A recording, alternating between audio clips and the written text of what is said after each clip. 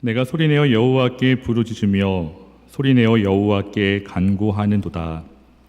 내가 내 원통함을 그의 앞에 토로하며 내 우환을 그의 앞에 진술하는도다.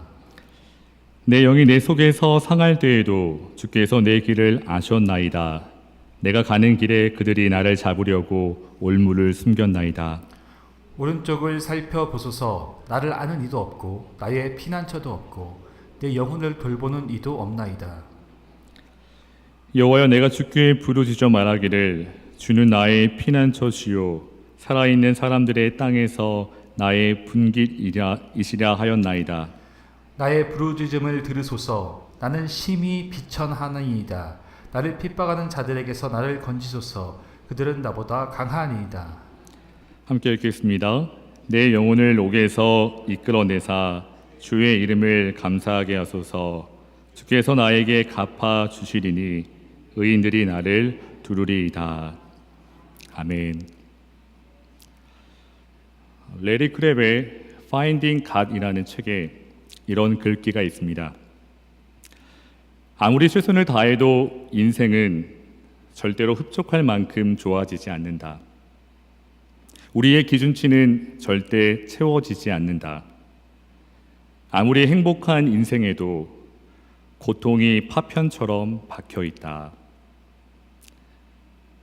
아무리 행복한 인생에도 고통이 파편처럼 박혀 있다는 이 마지막 말이 참 제 마음에 와 닿았습니다.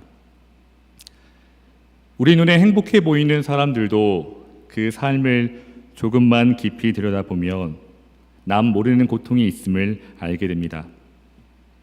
우리 모두는 각자 다른 사람에게 설명할 수 없는 고통을 안고 살아갑니다. 어쩌면 그 고통이 우리가 살아가는 삶의 무게일지 모르겠습니다. 우리 모두는 각자의 삶의 무게를 지고 삶을 하루하루 살아갑니다. 삶의 무게를 저마다 견디며 인내하며 삶을 살아냅니다. 그러나 때로는 우리가 도저히 감당할 수 없는 상황에 처하기도 합니다. 우리가 감당할 수 없는 고난에 부딪혀 우리는 무너져 내리기도 합니다. 고통에 짓눌려 숨조차 쉴 수 없을 때도 있었습니다. 하나님을 향해서 한마디 기도조차 내뱉지 못할 때가 있습니다. 사랑하는 성도 여러분, 혹시 여러분의 삶 가운데에서도 그러한 경험이 있으셨습니까? 오늘 우리들이 읽은 이 시편 142편에는 이 같은 절망이 묻어납니다. 4절 말씀을 한번 다시 읽어보겠습니다. 오른쪽을 살펴보소서. 나를 아는 이도 없고 나의 피난처도 없고 내 영혼을 돌보는 이도 없나이다. 아멘. 나를 아는 이가 없고 나의 피난처가 없고 그리고 내 영혼을 돌보는 이가 없다는 이 깊은 절망과 좌절이 오늘 다윗을 짓누르고 있습니다. 사랑하는 성도 여러분, 다윗이 누구입니까? 믿음으로 골리앗과 싸워 이겼던 용사가 아니었습니까? 그 용사 다윗이 오늘 왜 도대체 무엇 때문에 그가 주저앉아 절망하고 있습니까? 왜 그가 어떠한 두려움에 사로잡혀 그가 이렇게 절망하고 있는지, 울고 있는지 한번 생각해 보기 원합니다. 그런데 이 다윗의 모습을 바라보며 오늘 우리의 모습을 발견하게 됩니다. 우리도 지난날을 돌아보았을 때 그랬습니다. 고통이 찾아올 때 그저 그 고통 앞에서 두려워 주저앉아 있을 때가 있었습니다. 혹시 어쩌면 지금 그 두려움 가운데 계신 분이 있지는 않은지 생각해 보기도 합니다. 우리가 살아가는 이 척박한 현실 속에서 낙담하고 좌절하고 있지는 않은지 우리의 모습을 돌아보았으면 좋겠습니다. 혹시 우리가 그러한 절망과 좌절 가운데 있다면 오늘 말씀을 통해서 우리가 함께 세 가지를 기억해 보고자 합니다. 첫째, 우리가 기억해야 할 것이 있다면, 사랑하는 성도 여러분, 고난이 언제나 절망을 불러오는 것은 아닙니다. 다시 말해서 고난이 온다고 언제나 그 고난 앞에서 결코 좌절하는 것은 아닙니다. 조금 전 말씀드린 바와 같이 이 시에는 절망감이 묻어납니다. 다윗은 그 누구도 의지할 수 없습니다. 그 어디에 피할 수 없다고 그가 이야기합니다. 다윗이 지금 어떠한 상황인가요? 오늘 시편 142편의 표제를 보시면 이렇게 기록이 되어 있습니다. 다윗이 굴에 있을 때 지은 마스길, 곧 기도. 지금 다윗이 어디에 있지요? 그가 굴에 있습니다. 아마도 다윗을 죽이려 하였던 사울왕을 피해 그가 굴로 피신해 있을 때 이 노래를 불렀던 것 같습니다. 왜 사울왕이 다윗을 죽이려 했습니까? 다윗이 골리앗을 이겼습니다. 사람들이 다윗을 높입니다. 다윗은 민족을 구한 영웅이 되었습니다. 그런데 이것이 사울의 질투를 불러일으킵니다. 사울의 질투는 점점 더 깊어져 갑니다. 그래서 이제는 다윗을 죽이려 합니다. 사울의 질투로 인하여 다윗은 도망자가 되었습니다. 끝없이 추격하는 사울을 피해서 그는 계속 도망쳐야 했습니다. 지금 다윗은 사울을 피해 그가 굴 속에 숨어 있습니다. 한 줄기 빛도 들어오지 않는 그 캄캄한 어둠 속에서 그는 숨죽이고 있습니다. 그 주변을 이미 사울의 군사가 둘러싸고 있습니다. 더 이상 이제는 피할 곳도 없습니다. 이러한 다윗의 상황을 생각해 봤을 때 너무나 절망적으로 느껴지기도 합니다. 그러나 성도 여러분, 시편 57편 7절과 8절 말씀을 같이 함께 읽어보겠습니다. 시편 57편 7절과 8절 말씀을 한번 찾아 같이 함께 읽어보겠습니다. 7절과 8절입니다.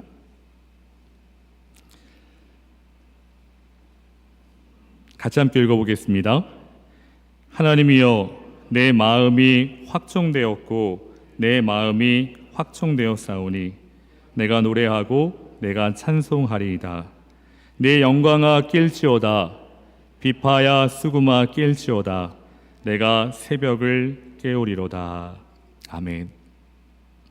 다윗이 하나님을 찬양하고 있습니다. 다윗이 하나님을 향해 내 마음이 확정되었다고 이야기합니다. 내 마음이 확정되었고 내 영혼이 이제 주님을 찬양하겠다고 그가 노래합니다. 그런데 시편 57편의 표제를 한번 보셨으면 좋겠습니다. 무엇이라고 기록되어 있습니까? 다윗의 믹담시, 인도자를 따라 알다스엣에 맞춘 노래, 다윗이 사울을 피하여 굴에 있던 때에. 시편 57편을 그가 언제 노래했다고 오늘 성경에 기록되어 있습니까? 시편 57편도 사울을 피해 굴에 있을 때 그가 노래한 시편입니다. 그는 142편 그 상황과 동일하게 굴에 피해야 있습니다. 한 줄기 빛도 들어오지 않는 그 캄캄한 어둠 속에서 그러나 그는 좌절하지 않습니다. 도리어 1절 말씀을 보시면 내 영혼이 주께 피하였고 내가 주의 날개 그늘 안에 있다고 그가 노래합니다.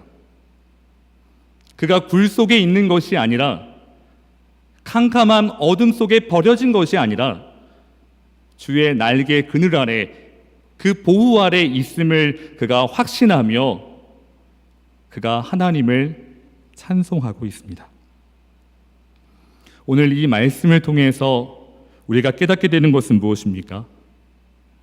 사랑하는 성도 여러분, 결코 상황이 문제가 아님을 저희는 알 수 있습니다. 다윗은 고난 속에서도 하나님의 보호하심을 확신하며 그가 노래했습니다. 하나님을 찬송했습니다. 그러나 그렇게 하나님의 보호하심을 확신하며 노래했던 다윗이 오늘 말할 수 없는 절망감 속에 그가 울고 있던 것입니다. 사랑하는 성도 여러분, 절망할 수밖에 없는 절대적인 상황은 없습니다. 오늘 우리의 모습은 어떤가요? 지금 이 자리에 계시는 성도님들께서는 절망할 수밖에 없는 상황이신가요? 누구도 지금 나 같은 처지가 돼보면, 나 같은 상황에 처하게 되면 다 절망하게 될 거야. 모두 다 절망할 수밖에 없다고 그렇게 확신하십니까? 어쩌면 지금까지 여러 힘겨운 순간들이 있었고 어려움이 있었지만 주님만 바라보며 주님만 의지하며 여기까지 오시지 않았습니까? 그렇게 우리가 지금껏 우리의 인생을 살아왔지만, 주님의 보호 아래 우리가 살아왔지만 어느덧 우리의 마음이 너무나 약해져 두려움에 부딪혀 요동치고 있는 것은 아닙니까? 지금 우리가 처해 있는 이 상황이 문제가 아니라 이 상황을 넘어 주님을 온전히 바라보지 못하는 우리의 연약함이 진짜 문제임을 기억하는 저와 여러분이 되시기를 주님의 이름으로 축원합니다. 이제는 우리가 상황을 넘어 주님을 더욱더 바라보기 원합니다. 두려움에 그저 주저앉아 울기보다는 한 걸음 한 걸음 앞으로 나가기 원합니다. 위기가 찾아올 때 그것을 애써 외면하기보다는 당당히 맞서기를 소원합니다. 그러나 우리의 모습은 참으로 연약합니다. 인생의 여러 가지 위기가 찾아올 때 한편으로는 더 하나님을 신뢰하고 더 뜨겁게 기도하여 이 위기를 돌파하고 싶지만 나도 모르는 사이에 마음이 약해지고 또한 그 두려움에 내가 사로잡혀 있을 때가 너무나 많음을 고백하게 됩니다. 내 의지와는 다르게 두려움이 엄습할 때 그 절망감이 나를 짓눌러 버리고 그저 주저앉아 울고 있는 우리의 모습을 발견할 때가 있습니다. 오늘 다윗도 그랬습니다. 그 용사였던 다윗이 주저앉아 울고 있습니다. 그 다윗의 모습과 오늘 우리의 모습이 뭐가 그리 다르겠습니까? 저희도 마찬가지죠. 내 의지와는 다르게 나는 하나님 앞에 더 가까이 가고 싶지만 내 결단과는 다르게 낙심하게 되고 절망에 빠져 있다면, 그 절망에 빠져 우리가 허우적거리고 있다면 우리가 또 하나 기억해야 할 것은, 사랑하는 성도 여러분, 그 절망으로부터 나올 수 있는 방법은 바로 탄식입니다. 오늘 저희가 읽은 이 시편은 탄식시입니다. 시편에는 탄식시라는 장르가 있습니다. 가장 대표적인 시가 시편 88편인데요. 오늘 다윗은 저희가 읽은 시편에서 그가 하나님 앞에 탄식하고 있습니다. 성도 여러분, 그런데 놀라운 것은 성경에서는 그러한 탄식을 믿음 없음이라고 말하지 않습니다. 그 탄식을 부정한 것이라고 이야기하지 않습니다. 우리 함께 다시 한번 1절 말씀을 읽어보겠습니다. 시편 142편 1절입니다. 내가 소리내어 여호와께 부르짖으며 소리내어 여호와께 간구하는도다. 아멘. 그가 하나님 앞에 소리내어 부르짖고 소리내어 간구하고 있습니다. 사랑하는 성도 여러분, 지금 다윗이 드리는 이 기도는 잘 정리되고 절제된 그러한 기도가 아닙니다. 2절 말씀을 보시면 다윗은 그 원통함을 하나님 앞에 토로하고 있고 자신의 우환을 진술하고 있습니다. 우리말 성경에서는 이 구절을 내가 그분 앞에 내 불평을 털어놓으며 그분 앞에 내 어려움을 보여드렸습니다 라고 번역합니다. 그는 하나님 앞에 그저 자신의 상황을 있는 그대로 내어드리는 것입니다. 자신의 감정을 있는 그대로 다 표출하는 것입니다. 그런데 참으로 놀랍게도 하나님 앞에서 그 탄식 섞인 울부짖음이 하나님 앞에서 그 마음을 쏟아놓는 기도가 다윗을 절망에서 일으켜 세워줍니다. 사랑하는 성도 여러분, 어쩌면 다윗의 위대함은 그가 인생을 살아가며 단 한 번도 절망하지 않았다는 데 있는 것이 아니라 그 절망 속에서 자신의 모든 감정과 상한 마음을 하나님 앞에 다 내어드렸다는 데 있습니다. 하나님 앞에서 자신의 모든 감정을 주님 앞에 올려드렸습니다. 이러한 탄식이, 이러한 탄식 섞인 울부짖음이 우리가 절망에 빠졌을 때 그 절망으로부터 일어설 수 있는 출구이며 또한 열쇠임을 이 시간 우리가 함께 기억하기 원합니다. 레리 크랩이 그 자신의 책에서 이러한 고백을 합니다. 1991년 3월 3일 콜로라도 스프링스행 비행기 유나이티드 에어라인이 인근 공원에서 추락합니다. 탑승객 25명이 전원 사망했습니다. 그 비행기 안에 레리 크랩의 형도 타고 있었습니다. 갑작스러운 비행기 사고로 형을 잃었습니다. 그 사고가 난 후 2주 동안 그는 그저 울기만 했습니다. 그런데 2주가 지나도 아직 그에게는 다 쏟아내지 못한 눈물이 있음을 감지하게 되었습니다. 2주가 지나 어느 날 밤 침대를 살며시 빠져나와 성경을 들고 서재로 갑니다. 하나님 앞에 눈을 감고 기도를 드리려 할 때 걷잡을 수 없는 눈물이 흐르기 시작합니다. 그저 흐느끼다 엉엉 울다가 또한 숨을 고르기를 반복합니다. 한마디의 말도 할 수 없었습니다. 처절한 고통으로 느끼는 영혼의 신음소리만이 있었습니다. 그렇게 오랜 시간이 흐른 뒤 비로소 마침내 하나님 앞에 말이 터지기 시작했습니다. 그리고 주님 앞에 이렇게 기도합니다. 주님, 이 현실을 저는 견딜 수가 없습니다. 인생이 너무 고통스럽습니다. 저는 너무나 이기적이고 아무것도 견딜 수 없습니다. 이것이 오랜 눈물을 쏟은 후에 레리 크랩이 드렸던 기도입니다. 그러나 이 같은 레리 크랩의 그 탄식이, 그 눈물 섞인 그 정직한 기도가 그에게는 회복을 가져왔습니다. 물론 오랜 시간 동안 그는 아파했습니다. 오랜 시간 동안 그 형의 빈자리는 너무나 컸습니다.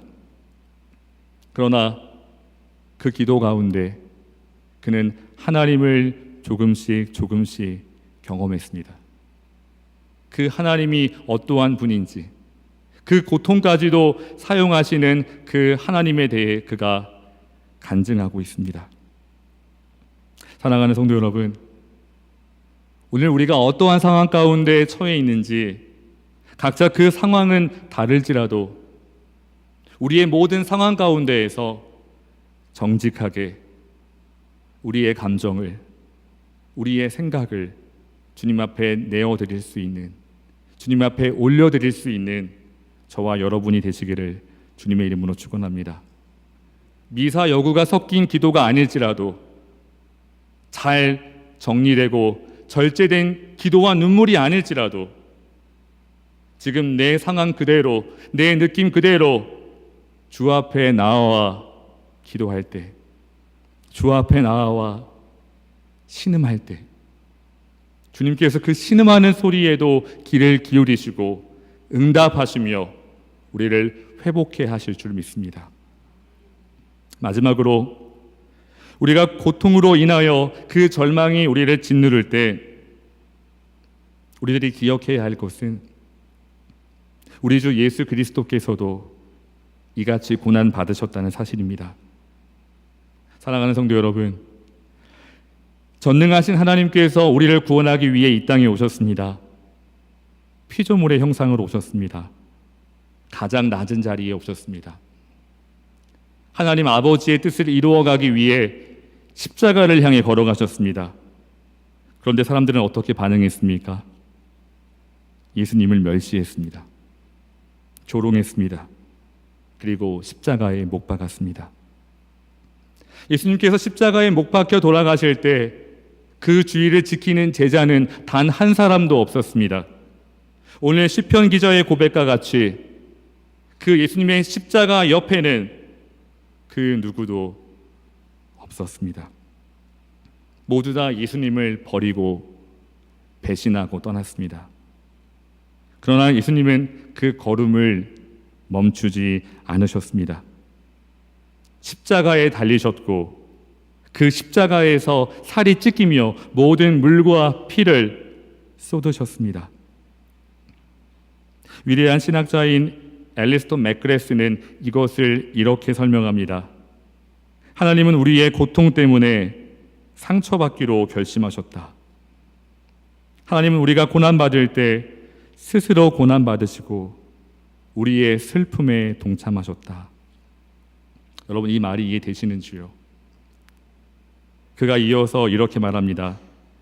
그분은 이 세상에 들어오기로 하셨고 그 슬픔과 고통을 나누기로 하셨고 마침내 십자가의 죽음을 당하기로 하셨다.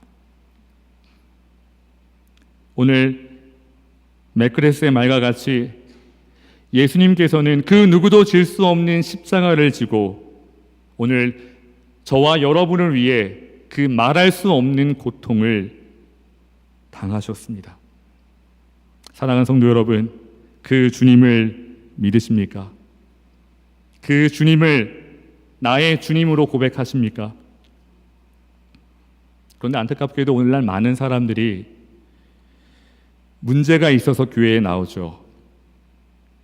그리고 하나님 앞에 어쩌면 이 고비만 잘 넘기면 아마도 나머지는 스스로 잘 해결할 수 있다고 생각합니다.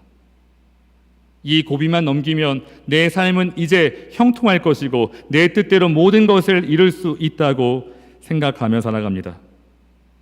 여전히 아직도 많은 사람은 예수님이 아니라 다른 것들의 만족을 추구하며 살아갑니다.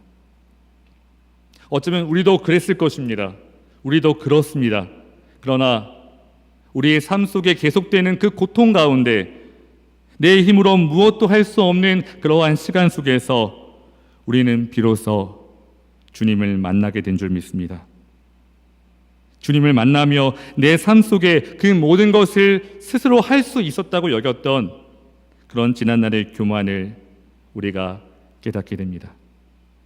나의 교만을 깨닫고 이제는 겸손히 그 갈보리 언덕 십자가의 주님을 바라보게 됩니다. 그 주님을 바라보며 그 주님만 의지하게 됩니다. 고통 속에서 그 주님만 바라보고 그 주님만 의지하며 나갈 때 우리는 예수 그리스도와 하나 되어지고 예수 그리스도를 닮아감을 느끼게 됩니다.